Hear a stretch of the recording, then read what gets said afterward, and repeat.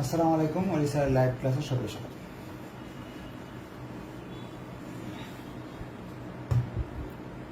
আন্তরিকভাবে দুঃখিত, আমার ক্লাস শুরু করতে কিছুক্ষণ দেরি হয়ে যায়, প্রতিদিনই দেরি হয়।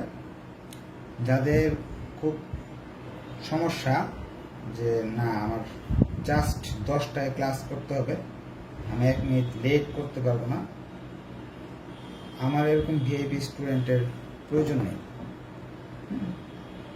দেখেন, বাংলাদেশে অনেক টিচার আছে, তাদের কাছেও পড়তে পারবেন। 5-10 মিনিট তো সব টিচারদের দেরি হয়।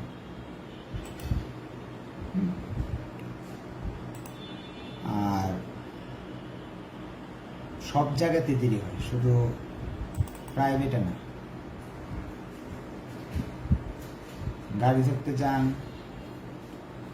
ডাক্তারখানায় যান, এটার জন্য গ্রুপে এত কথাবার্তা মনে হয় না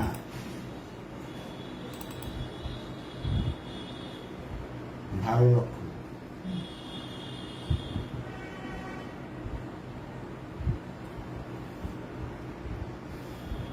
আজকে আমরা এর আগে 2টা ক্লাস করছিলাম ওয়ার্কিং ক্যাপিটাল ম্যানেজমেন্ট অধ্যায়ের।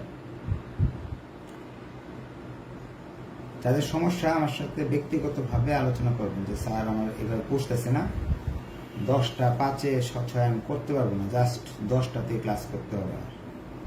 আমার সাথে কথা বলবেন, আমি আপনাকে উপযুক্ত ব্যবস্থা নিব আপনার সমস্যার সমাধানে।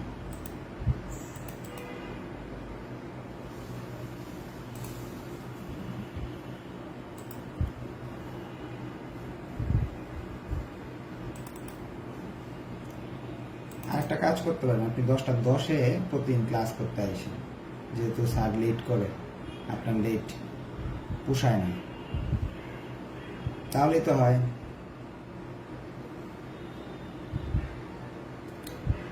আমরা আজকে একটা নর্মাল অঙ্ক করব।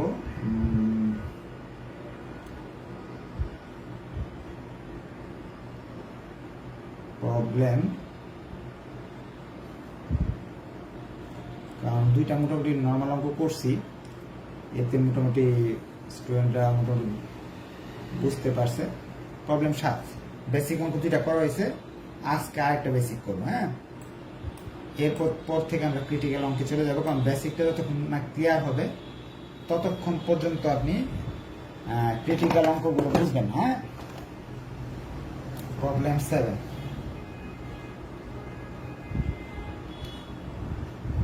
প্রবলেম 7-এ আমাদের বলতেছে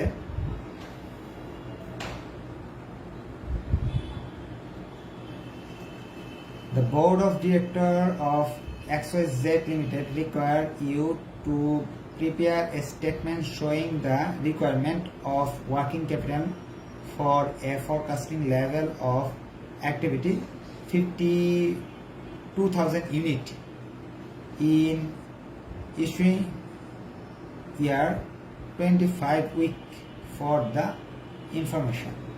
তারা বলতেছে 1 বছরে 52,000 মাল বানায়। আমাদের 1 বছরে 52,000 মাল বানানো হয়।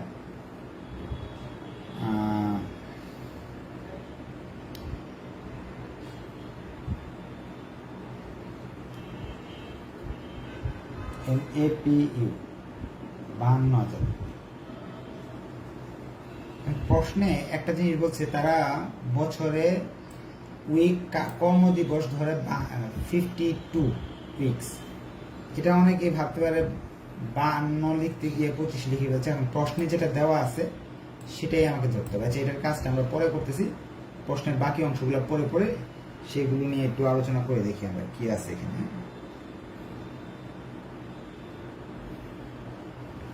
এখানে পরে বলতেছে যে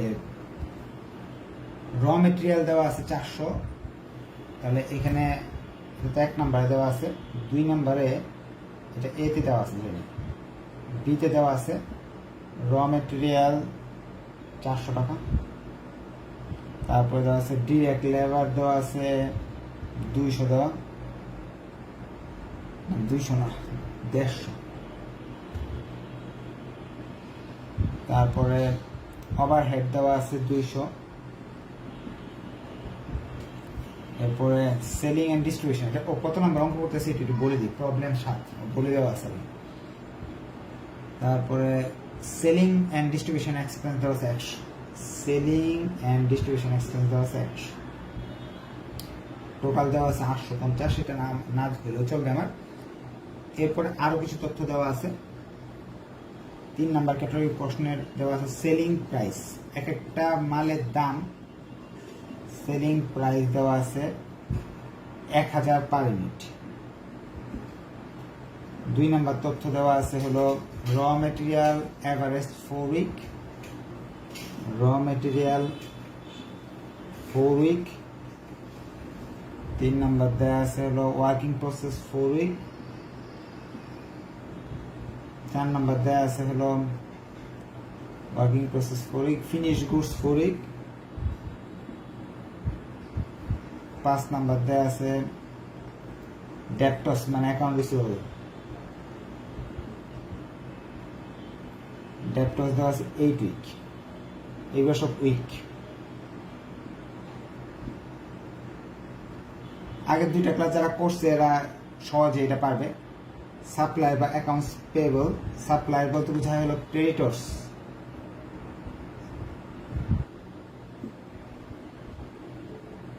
ক্রেডিটর্স হলো প্রশ্নে বলে দিছে ক্রেডিটর্স 4 উইক।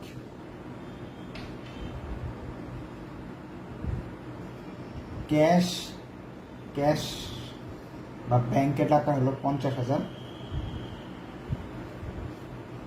50% সেলস আর অন ক্রেডিট বেসিস, অর্ধেক বিক্রয় হয় ক্রেডিটে।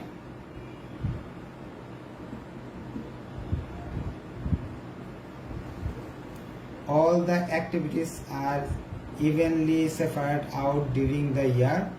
Debtors are to be valued at sales. এখানে একটা 10 নাম্বার বলছে ডেপ্টর সেলস এর উপর ধরতে হবে। এই তথ্যগুলো কি, এগুলো নিয়ে আমরা ক্লাসে আলোচনা করব। এখন আমাদের ওয়ার্কিং ক্যাপিটাল বের করতে বলছে। এখন এই অঙ্কটা করার জন্য প্রশ্নটা আমরা লিখে ফেলছি, এখন আর প্রশ্নের প্রয়োজন নেই আমার। আর প্রশ্নের মাঝে যদি কারো কোনো কোয়েশ্চেন থাকে সেটাও করার সুযোগ আছে, আপনারা করতে পারবেন যে এই অংশটা বুঝি নাই, সেই অংশটা বুঝি নাই। আমি ইনশাল্লাহ উত্তর দেওয়ার চেষ্টা করব।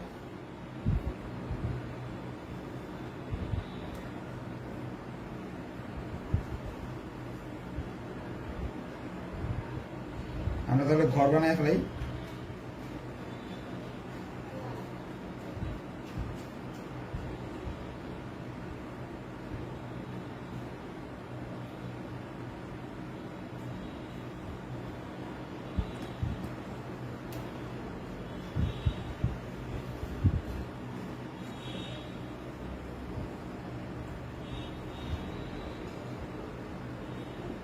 অ্যাকাউন্ট আইটেম আর এখানে ক্যালকুলেশনস।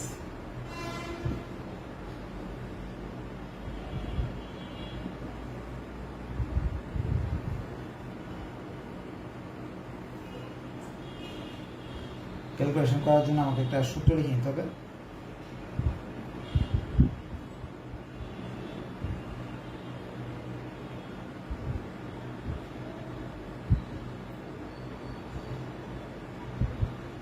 নিচে এখানে 25 লিখতেছি।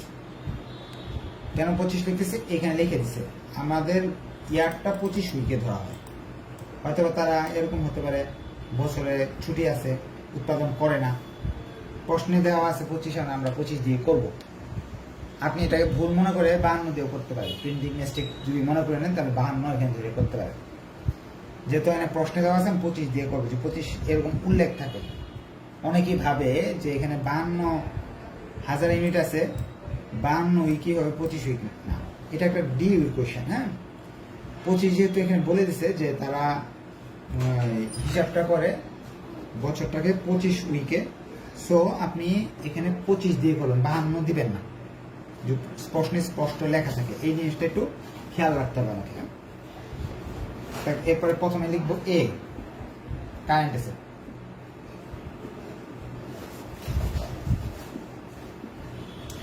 কারেন্ট অ্যাসেটস হলো ফার্স্টেই আমাদের র মেটেরিয়াল সূত্র হলো 25 নিচে লিখবো এপিইউর মান এখানে দেওয়া আছে। এপিইউ হলো আপনার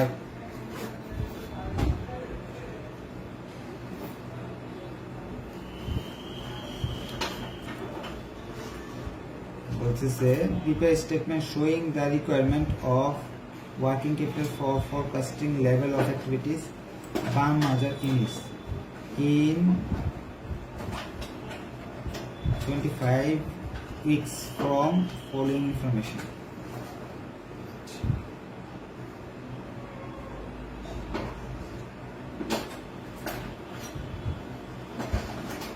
এখন এখানে বছরে যে 52,000 ইউনিট বানায় এরকম কিছু লেখা নেই। তারা বলে আসছে বর্তমান অ্যাক্টিভিটি লেভেলে 25,000 ইউনিট কাজ করে। আচ্ছা, তাহলে এখানে লিখবো 52,000 গুণ সিপি ক্রেডিট পিরিয়ড এখানে দেওয়া আছে র মেটেরিয়ালের জন্য 4 উইক। পিইউসি র মেটেরিয়ালের টাকা দেওয়া আছে হলো 400। এখন ক্যালকুলেশন করতে হবে, ক্যালকুলেশন করলে যা আসে তাই আমরা লিখতে পারি। ক্যাশটা দেখি না, ক্যাশটা তো ফার্স্ট লেখা দরকার ছিল। এখানে ক্যাশ আপনারা ক্যালকুলেটর নিয়ে বসি নাই তো, আপনার ইচ্ছা করলে একটু ইয়ে করতে পারেন, কি বলে ক্যালকুলেশন করে টাকাটা কত আসে এটা চ্যাট বক্সে লিখে দিতে পারেন। আমি এখান থেকে দেখে দেখে বসাই দিব। হ্যাঁ,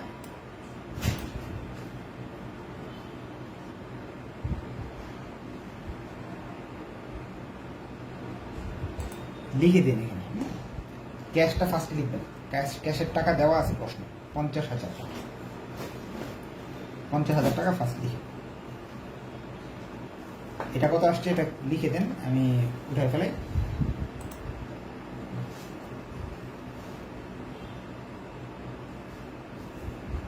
$33,28,000।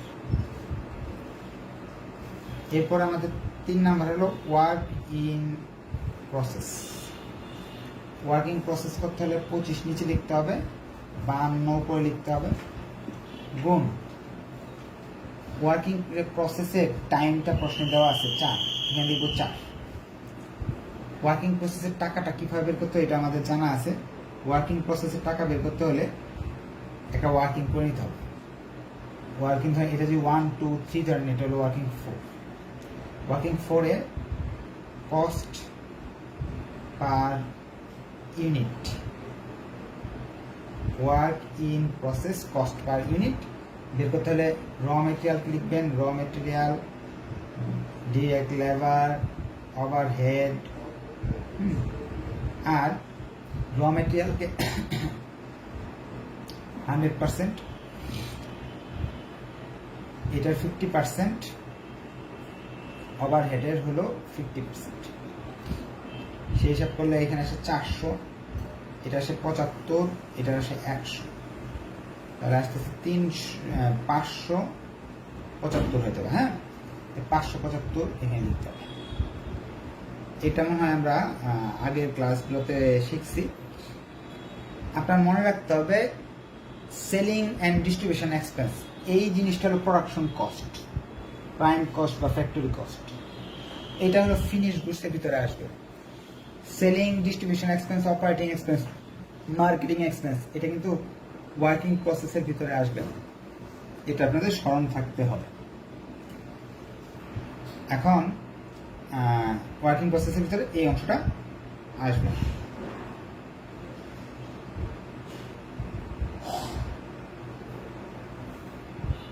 তাহলে আমরা সবগুলো যোগ করে এটা গুণ করলে কত আসে এখানে লিখে ফেলাম। এটা ক্যালকুলেশন করলে প্রশ্নটা আমরা হাইড করে দিই, কারণ প্রশ্নটা আমাদের দেখার দরকার নাই। 47,84,000।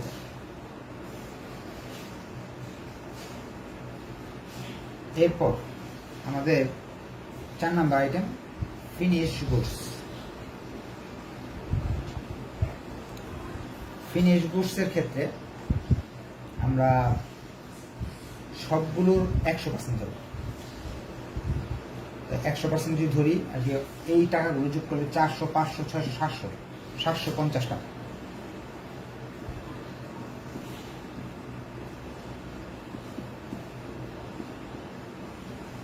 ফিনিশ কোর্সের টাইমটা দেওয়া আছে 4 উইক, 750 টাকা।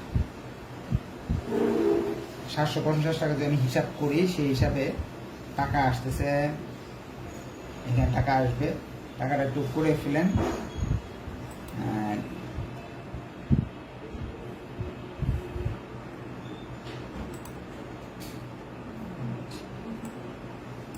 এটা মানটা কত আসে একটু দেখেন।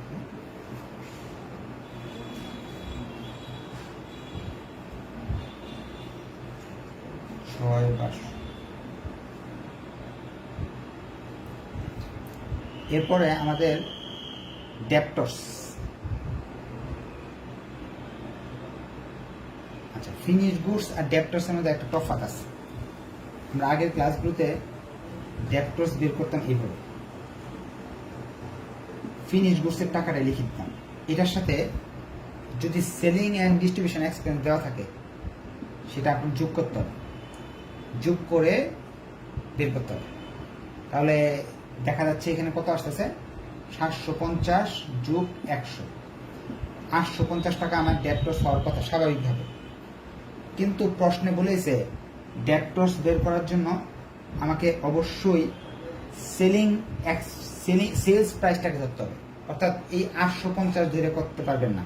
কিন্তু এটা হলো রুল, যে তারা যদি বলে না দিত, তাহলে ফিনিশ গুডসের সাথে আপনাকে অবশ্যই সেলিং অ্যান্ড ডিস্ট্রিবিউশন এক্সপেন্সটা যোগ করে পরে আপনার কি করতে হবে, ডেপ্টর্সটা বের করতে হতো আর কি। ফিনিশ গুডসের টাকা আগে, কিন্তু ফিনিশ গুডসের টাকা উপর ডেপ্টর্সে লিখে দিতাম। কিন্তু যদি সেলিং অ্যান্ড ডিস্ট্রিবিউশন এক্সপেন্স দেওয়া থাকে, তাহলে যোগ করে লিখতে হবে।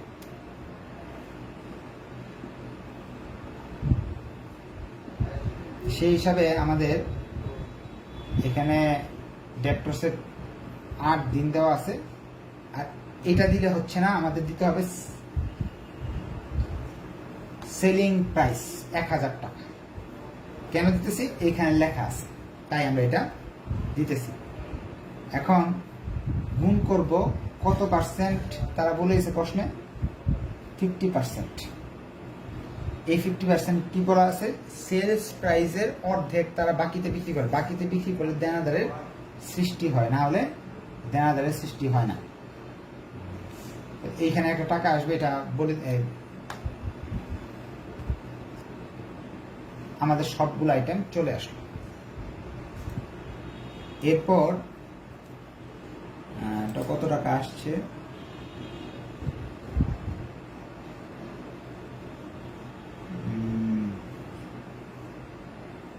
8,83,000। দুইজন দুইটা দিছে, একটা কার্ডটা সঠিক আমি বুঝতেছি না। এখন এখানে লিখবো টোটাল ওয়ার্কিং ক্যাপিটাল, হ্যাঁ, এই নাম্বার যোগফল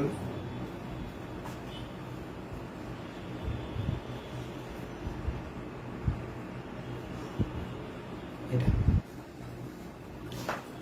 এখন আমরা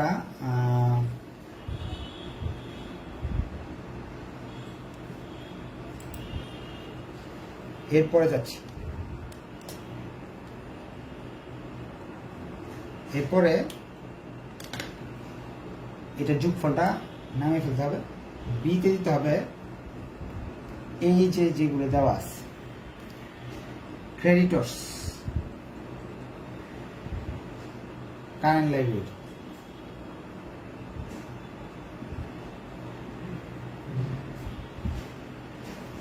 কারেন্ট লাইবিলিটি, এখানে ক্রেডিটর্স।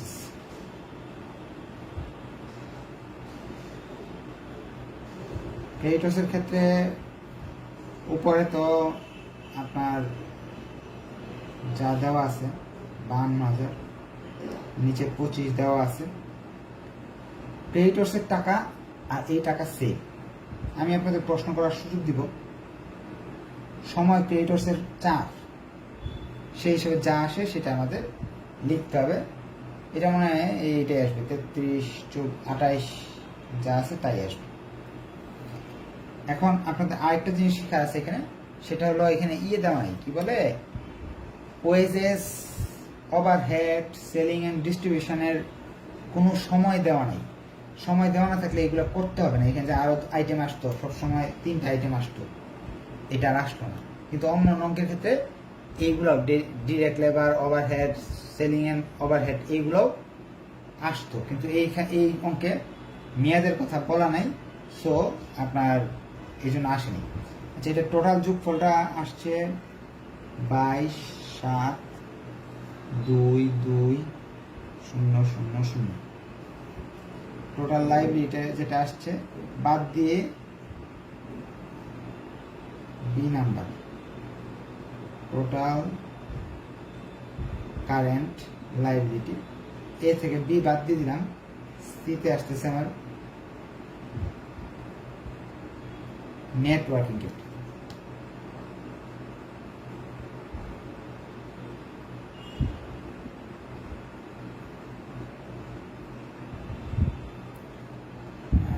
যোগ করলে কত আসে একটু একজন করে দেখেন, এ থেকে বি বাদ দিয়ে দিলে।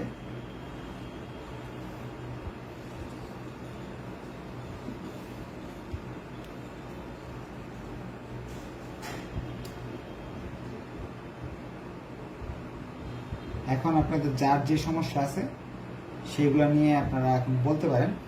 এত বড় অ্যামাউন্ট আসছে না, আগেরটা ছিল শূন্য মনে একটা বেশি লিখে দিচ্ছি নাকি না।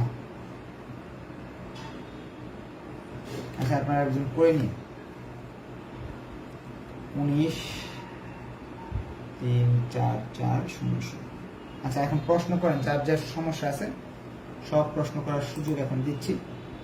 আজকের অঙ্কটা একেবারে সহজ ছিল, নেক্সট ক্লাস থেকে আমরা একটু অন্য ধরনের অঙ্ক করব। কোশ্চেন করতে পারেন। স্যার ওয়ার্কিং ওয়ানের স্যার যে 100% এটা স্যার 100% করে দেন স্যার।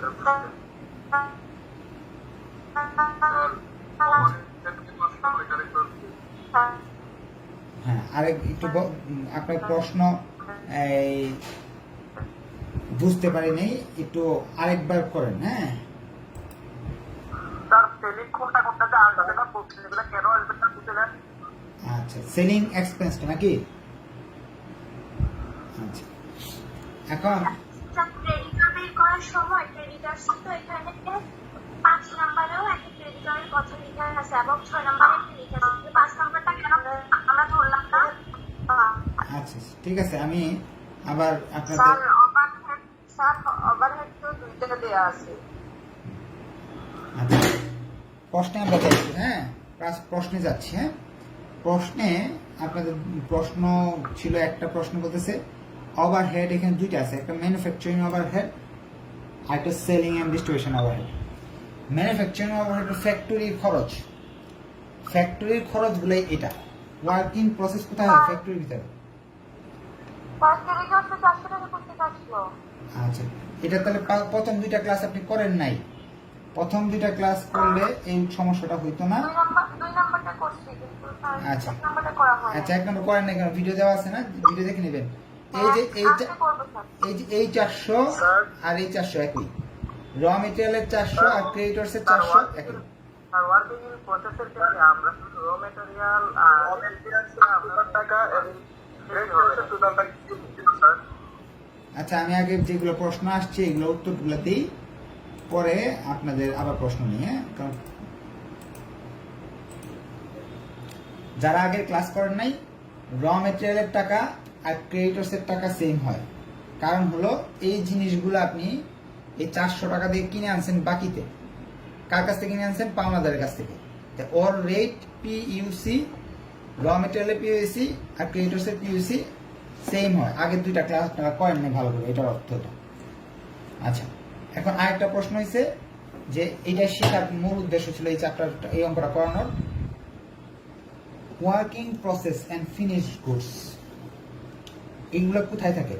একটা ফ্যাক্টরির ভিতরে উৎপাদন করার ক্ষেত্রে ওয়ার্কিং প্রসেস এবং ফিনিশড গুডস হয়ে থাকে। ফ্যাক্টরির ভিতরে কি কি খরচ হয়? র মেটেরিয়াল, ডিরেক্ট লেবার, ওভারহেড, এই তিনটা হয়ে থাকে। আপনাদের অবশ্যই থার্ড ইয়ারের কস্ট কস্ট শিট কি বলে এটাকে, ম্যানেজমেন্ট অ্যাকাউন্টিং এর দ্বিতীয় চ্যাপ্টার ছিল, ওইখানে আমরা করছিলাম প্রোডাকশন কস্ট কিভাবে বের করতাম, এইগুলো যোগ করে প্রোডাকশন কস্টের পরে টোটাল কস্টে যায় এইগুলো যোগ করতাম। এখন এতটুকু দিয়ে আপনি এই দুটো ওয়ার্কিং প্রসেস এবং ফিনিশ গুডস বের করতে হবে। কিন্তু যখন আপনি দেনাদার বের করতে যাবেন তখন টোটাল কস্ট বের করতে হবে। দেনাদার বের করার দুইটা ওয়ে, একটা হলো টোটাল কস্ট আর একটা হলো সেলিং প্রাইস। দুইটার মধ্যে যে কোনো একটা ইউজ করতে পারবেন আপনি। অর্থাৎ টোটাল কস্ট ছিল এখানে 850 টাকা, এটা ধরে করা যেত, এটা ধরে করা যেত, কিন্তু আমরা সবসময় রক্ষণশীলতার নীতি অনুযায়ী এটা ধরে করি, এটা ধরে করি না। কিন্তু প্রশ্নে স্পষ্ট বলেছে ডেপ্টরসের টাকাটা 1000 হবে, সেলিং প্রাইসের টাকা দিয়ে ডেপ্টরস ধরতে হবে, 850 দিয়ে ধরা যাবে না। তাহলে আপনারা মনে রাখবেন, প্রশ্নে এইরকম কথা যদি না থাকে তাহলে 850 টাকা এখানে বসাবেন ডেপ্টরসের ক্ষেত্রে, আর ফিনিশ গুডসের ক্ষেত্রে এই সবগুলো যোগ করলে 750 আসলে 750 বসাবেন। ওয়ার্কিং প্রসেসের ক্ষেত্রে ওই তিনটা নিয়ে করতে হবে। ফ্যাক্টরি ওভারহেড আনা যাবে, কিন্তু সেলিং এবং ডিস্ট্রিবিউশন ওভারহেড মানে দোকানের ফ্যাক্টরির ভিতরে খরচগুলোকেই প্রোডাকশন কস্ট বলা হয়, কিন্তু দোকানের খরচ এবং অফিসের খরচকে প্রোডাকশন কস্ট বলা হয় না। এখন আপনাদের আরো কোনো কোয়েশ্চেন থাকলে সেগুলো বলেন।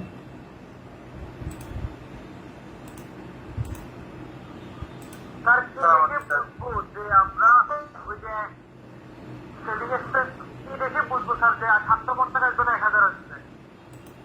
এই যে 1000 টাকা আসবে এখানে লেখা আছে সবার শেষ, debtors are to be valued at sales. সেলসের অনুযায়ী ডেপ্টরসের দাম ধরতে হবে। প্রশ্নে বলা আছে এখানে ডেপ্টরসের দামটা সেলস অনুযায়ী ধরতে হবে। স্টেপটা কি বলছে স্যার, এটা একটু বুঝিয়ে বলুন। কয় number? 9 number step sir. Sir ওভারহেডটা কেন আসলো না, এটা একটু আমার বুঝিয়ে দিবেন। আচ্ছা, এখানে যাদের পুরো অঙ্কের সমস্যা তারা প্রশ্নটা আবার দেখবেন ক্লাস শেষে। আচ্ছা, এখন গুরুত্বপূর্ণ প্রশ্ন সেগুলো করেন। 100 টাকা আছে আপনাদের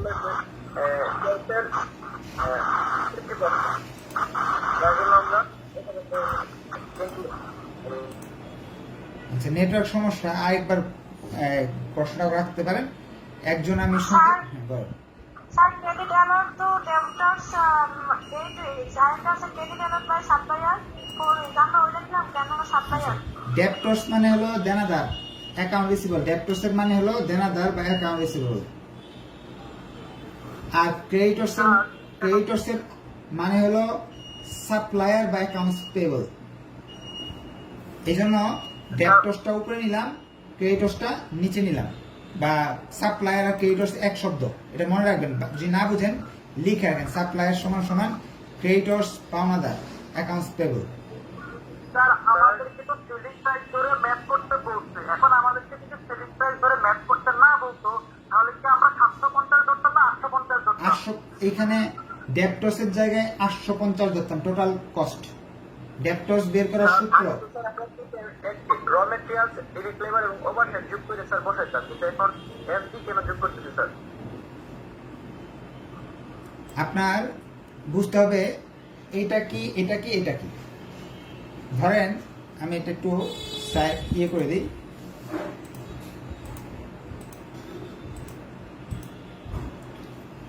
এদিকে একটু মুছে ফেলে। হ্যাঁ, ফিনিশ গুডস বলতে বোঝাচ্ছে একটা পণ্য তৈরি করতে কত লাগে, প্রোডাকশন কস্ট, এইগুলো প্রোডাকশন কস্ট বলা হয়, 750 টাকা লাগে। অ্যাকাউন্ট রিসিভেবল, এটার অর্থ হলো মোট খরচ অথবা মোট আয়, দুইটার মাঝে একটা ধরতে পারবেন। মোট আয় ধরে ধরতে হবে, মোট খরচ ধরে ধরতে হবে। মোট আয় বলতে বিক্রয় মূল্য, মোট আয় হলো বিক্রয়। ধরেন আপনি 1 লাখ টাকা বিক্রি করছেন, তাহলে 1 লাখ টাকায় তো, তাহলে 1 লাখ টাকা বিক্রি করছেন, মানুষের কাছে কত পান? 1 লাখ পান।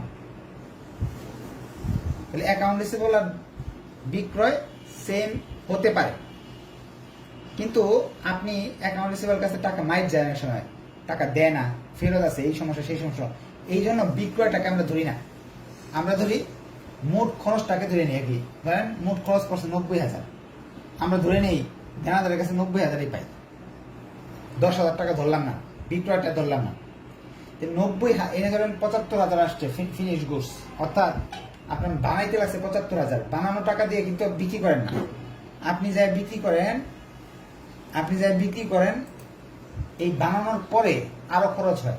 ফ্যাক্টরিতে তো হইলো 75,000 টাকা দিয়ে, এই 75,000 টাকা দোকানে আনার পর দোকান ভাড়া দিতে হয় না, কর্মচারীর বেতন দিতে হয়, যারা বিক্রি করে বিক্রয় কর্মীর খরচ দিতে হয়, গাড়ি ভাড়া দিতে হয়, বিজ্ঞাপন দিতে হয়, সেলিং এন্ড ডিস্ট্রিবিউশন, যে লোক আর কি ধরেন কলম বানাইছেন ফ্যাক্টরির ভিতরে, কলম কি ফ্যাক্টরিতে মানুষ যা কিনবে, আপনার কি করতে হবে, লোকরা এখানে নিতে হবে, কলম নিয়ে দোকানে দোকানে ঘুরবে লোকরা, ঢোকার পর এই ঘোরার যে টাকাটা এটা সেলিং এক্সপেন্স, বিক্রি করতে গেল ওদের বেতন দিতে হবে না। এখন ওই যে খরচটা এটা আপনার দেনাদারের খরচের মোট দেনাদারের উপর দেনাদারের সঙ্গে যোগ হয়, মোট খরচের এই 75-এর সাথে যখন আপনি সেলিং এন্ড ডিস্ট্রিবিউশন এক্সপেন্স যোগ করলেন তখন বেরিয়ে এলো অ্যাকাউন্ট রিসিভেবল বা দেনাদারের নিয়মটা হলো টোটাল কস্টটাকে ধরতে হবে। টোটাল কস্ট কত আসছে 850, 850 দিয়ে অঙ্কটা করা দরকার ছিল আমার, কিন্তু প্রশ্নে একটা সুন্দর কথা লিখে দিছে যে খরচের ভিত্তিতে ধরা যাবে না, মোট খরচের ভিত্তিতে ধরা আইনে অবলিক ছিল না, 850 বলছিল, সেলস বিক্রয় হলো 1000, কিন্তু প্রশ্নে তারা আমরা যে কোনো একটা ধরে করতে পারি অঙ্ক, যে কোনো একটা ধরলে হবে, কিন্তু প্রশ্নে উল্লেখ করেছে এটা ধরে অঙ্ক করতে হবে, এটা ধরে অঙ্ক করা যাবে না। আর আরেকজনের প্রশ্ন ছিল এই তিনটা দিয়ে কেন এই দুটাকে করলাম এটাকে করলাম না, এই তিনটা আসলো কেন এটা আসলো না, সেলিং এন্ড ডিস্ট্রিবিউশন আসলো না, কারণ হলো এই টাকাগুলো ফ্যাক্টরির ভিতরের খরচ, আর এখানে ফ্যাক্টরির ভিতরের খরচগুলোই হিসাব করা হচ্ছে, আর এইটা হলো ফ্যাক্টরির বাইরে ভিতরে সব, কারণ ফ্যাক্টরির দামে তো আর আপনি বিক্রি করেন না, ধরেন আপনার দাম পড়তেছে না 750 উৎপাদন খরচ, ওই দামে তো আপনি বেচবেন না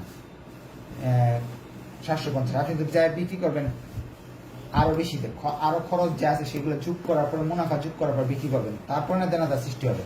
তাহলে আমরা শিখতে পারলাম ফিনিশ গুডস এবং ডেপ্টরসের মাঝে তফাৎ আছে, তফাৎটা হলো আদার এক্সপেন্স, এটা আমি প্রথম ক্লাসে একটু বুঝাই দিয়েছিলাম, অনেকে প্রথম ক্লাসটা করে নাই তো এই জন্য জানে না। আরো আমরা 4 মিনিট কোয়েশ্চেন নিতে পারবো, আপনারা যোগ বিয়োগটা আপনারা করে নিন, আমি ক্যালকুলেটর নিয়ে বসে আজকে এই জন্য যোগ বিয়োগটা করতে পারিনি, অন্যদের কোন যে কোয়েশ্চেন ওভারহেড কেন আসলো না একটু আবার বুঝিয়ে দিবেন প্লিজ। ওভারহেড এই জায়গায় আসলো না কেন, নিচে জি স্যার। এটা তো ডেটে দেওয়া না, আপনি নিবেন কেমন, এখানে ডেট দেওয়া থাকে না, সবার তো সিপি দেওয়া আছে, যাদের সিপি দেওয়া আছে ওদের কি নিবেন, অন্যদের সিপি তো নাই, আর আপনি কিভাবে ধরবেন এটা? স্যার আমি আগে দুটো ক্লাস করিনি, এই জন্য বুঝতেছি না স্যার, এটা কোন চ্যাপ্টারটা করানো হচ্ছে? আচ্ছা এটা মেসেঞ্জার গ্রুপে লিখবেন, আগে দুটা ক্লাস করেন নাই, কোন চ্যাপ্টার, এটা মেসেঞ্জার গ্রুপে বলে দিবেন। অন্য কিছু আলাদা। জি স্যার চ্যাপ্টারটার নাম বললে মানে ক্লাস করতে সহজ হতো। মেসেঞ্জার গ্রুপে লিখেন, এটা ওয়ার্কিং ক্যাপিটাল ম্যানেজমেন্ট। এই আগে ক্লাসগুলো বা ভিডিওগুলো দেখলে তো পান নাকি, সারাদিন কি করেন? এইভাবে বললেন না, ঠিক আছে মেসেঞ্জার গ্রুপে লিখেন, হ্যাঁ নতুন তো বুঝে নাই, নতুন তো বুঝে নাই।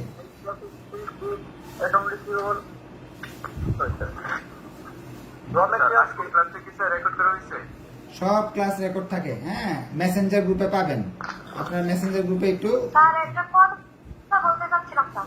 হ্যাঁ বলুন। স্যার অন্য তো আরো দুইটা গ্রুপে অ্যাড আছে স্যার, এই ফিনান্সিয়াল ম্যানেজমেন্ট গ্রুপটার মধ্যে স্যার যখন ক্লাস করি তখনও মেসেজ স্যার, ক্লাস করার টাইমটা তো স্যার মেসেজ করাটা বন্ধ থাকতে পারে। আচ্ছা না আসলে শোনেন আমি বলি, এটা মেসেঞ্জিং করার জন্য তো ওদের দেওয়া হয়েছে, এখন এরা মেসেঞ্জিং করবেই, এটা আবার আটকানোর অধিকার আমার কাছে নাই।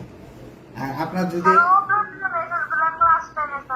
আচ্ছা শুনেন, আপনি যদি ওদের মেসেজ ভালো না লাগে বুঝছেন, তাহলে এই গ্রুপে খালি শুধু ক্লাস করেন এসে, হ্যাঁ ওদের মেসেজ আর দেখেন না, কি করবেন হ্যাঁ মিউট করে রাখেন, কারণ ওরা গ্রুপ স্টাডি করতেছে, হ্যাঁ গ্রুপ স্টাডি করতেছে, আমাদের বাধা দেওয়ার তো সুযোগ নেই। আমরা আরেকটা না হলে আমরা একটা কাজ করতে পারি, এই যারা হলো এরকম আছে যে বেশি বেশি মেসেজ পছন্দ করেন না, তারা আরেকটা নিজেরা গ্রুপ বানিয়ে নিতে পারেন, হ্যাঁ ওখানে আমরা অ্যাড করে দিই, ঠিক আছে আমি করে লিঙ্ক দিব। হ্যাঁ প্রশ্ন করেন। স্যার একা বেশি ছিল ওই যে 50% গুণ করছে ওইটা বলতে চাই। এই যে 8 নাম্বার অপশনে বলা আছে 50% গুণ করার কথা। আগের 2 ক্লাসে আরো এটা ছিল, হ্যাঁ, এটা নতুন কিছু না, পুরাতন। হ্যাঁ, আরো কার কোন কোশ্চেন? আজকে অনেক কোশ্চেন নিতে পারতেছি। ওয়ার্কিং প্রসেস স্যার র ম্যাটেরিয়ালস এর 100% ডাইরেক্ট লেবারে 50% এগুলো কিভাবে দিচ্ছেন আপনি? ও আচ্ছা আচ্ছা, এটা একটু বুঝাই দেওয়ার কথা ছিল, একদিন বলছিলাম বুঝাই দেবো, সময় পেলে আজকে বুঝাই দিই। হ্যাঁ, বেসিকটা বুঝাই দিই কেন এরকম হলো। আচ্ছা, ওয়ার্কিং প্রসেসটা জিনিসটা কি? ওয়ার্কিং প্রসেস চলতি কার্য বলা হয় এটাকে। ধরেন আপনি শার্টের কোম্পানি, আজকে হলো 31 তারিখ, 31/12/2021। আজকে আপনার হিসাব অ্যাকাউন্টিং এর শেষ দিন, হিসাব টিসাব শেষ করবেন। এখন শার্ট যে বানাইছেন, কতগুলো কাপড় বানাচ্ছেন, কতগুলার হাত লাগানো হয় নাই, কতগুলো বোতাম লাগানো হয় নাই, কতগুলো এই সেলাই করা হয় নাই, এরকম অর্ধেক অর্ধেক কাজ করা আছে, অনেক অনেক কাজ করা আছে। এইগুলাকে বলে ওয়ার্কিং প্রসেস। হ্যাঁ, তো অর্ধেক অর্ধেক যে কাজ করেছে এগুলো তো আপনার সম্পদ বা এগুলোর মাঝে মাল তো পুরাটাই লাগছে, ম্যাটেরিয়াল পুরাটাই লাগছে, কারণ কাপড় পুরাটা লেগে গেছে, সুতা টুতা যা আছে A to Z 100% লাগছে। কিন্তু এখানে লেবারের কাজ বাকি আছে, হয়তো বা সেলাই করতে গেলে ওই লোকের টাকা দিতে হবে বেশি। এই জন্য আমি করতাম কি, এটার 50% ধরতেছি গড়ে। আর ওভারহেড অন্যান্য খরচগুলো, যে ছোটখাটো খরচ, বোতাম টোতাম, এইগুলো 50-50 বাকি আছে, এটা 50% আমরা ধরতেছি। এই জন্য আমি যখন ওয়ার্কিং প্রসেস করতে যাব তখন র মেটেরিয়ালটাকে 100% ধরবো। কারণ ধরেন আপনি আজকের দিনে হিসাব করতেছেন, আজকের দিন তো অর্ধেক বানানো অনেক প্রোডাক্ট হয়ে গেছে, যেদিন হিসাব শেষ করতেছেন সেদিন তো সব হয়ে গেছে এরকম না, কিছু জিনিস বাকি আছে। এখন এই ক্ষেত্রে ওয়ার্কিং প্রসেস এটাকে বলা হয় যে চলতি কার্য, যে আমি এখনো কাজ চলতেছে, বানানো একেবারে হয় নাই, তখন সেই ক্ষেত্রে মালের খরচটা পুরাটাই আসে। কেমনে মালের খরচ পুরাটা আসে? যেমন শার্ট বানানোর সম্পূর্ণ কাপড় আপনি দিয়ে দিচ্ছেন, এখানে তো আর অর্ধেক দেওয়ার সুযোগ নেই। এখন যে মালটা যে সেলাই করবে ওই লোকের মজুরি বাকি আছে, কারণ কি সে হয়তো বা এখন সেলাই করে নাই, সেলাই করলে তাকে মজুরি দিতে হবে, এই জন্য গড়ে তাকে 50% ধরে রাখলাম। ওভারহেড মানে ওইখানে যে সুতা লাগতেছে কিছু, হয়তো বা আপনার অন্যান্য খরচ যেগুলো আছে, মেশিনের তেল খরচ লাগতে পারে, হ্যাঁ, অথবা বিদ্যুৎ বিল লাগতে পারে, হ্যাঁ, ওটা যে আরেকটু কাজ করে তখন আরো বেশি লাগবে, এখন তো কাজ বাকি আছে অর্ধেক, এই জন্য এটা 50% আমরা ধরি। র মেটেরিয়াল 100% ধরি, আর এইগুলা যেহেতু বাকি আছে এখনো সম্পূর্ণ হয়নি, এই জন্য 50% ধরি। ফিনিশ গুডস মানে তৈরি পণ্য, র মেটেরিয়াল 100% লাগছে, মানে কাপড় তো 100% লাগছে আমার।